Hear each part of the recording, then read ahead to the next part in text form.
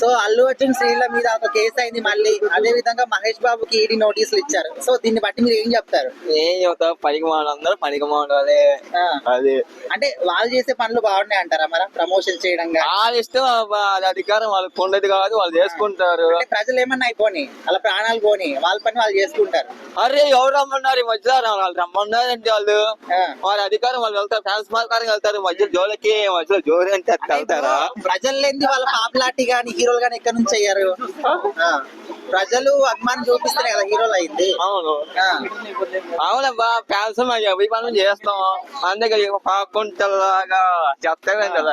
అంటే వాళ్ళు ఇప్పుడు ప్రజల ప్రాణాలతో చిన్నగాటం ఆడటం, ప్రమోషన్ చేయడం కరెక్టే అంటారా? అది కొంచెం కరెక్ట్ కాదు. మరి దానికి ఏం చెప్తారు? దానికి ఏం చెబుతాం, మాకు ఇష్టం చేయాలని మీద చేస్తా, నాకు తెలియదు.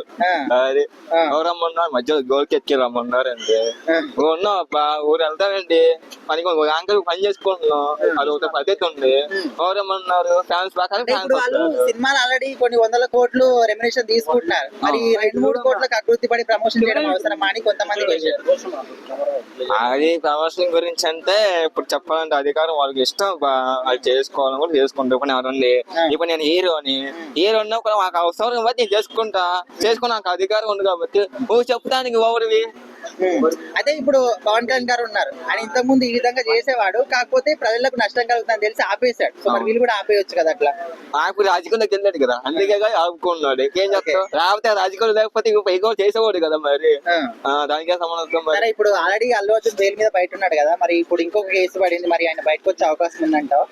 మళ్ళీ బయటికి వస్తాడు కొన్ని వందలుగా, మా ఫ్యాన్స్ మేము తీసుకొచ్చుకుంటాం. ఓకే సరే, మొత్తం మీద ప్రమోట్ చేయడం కరెక్టా రాంగా?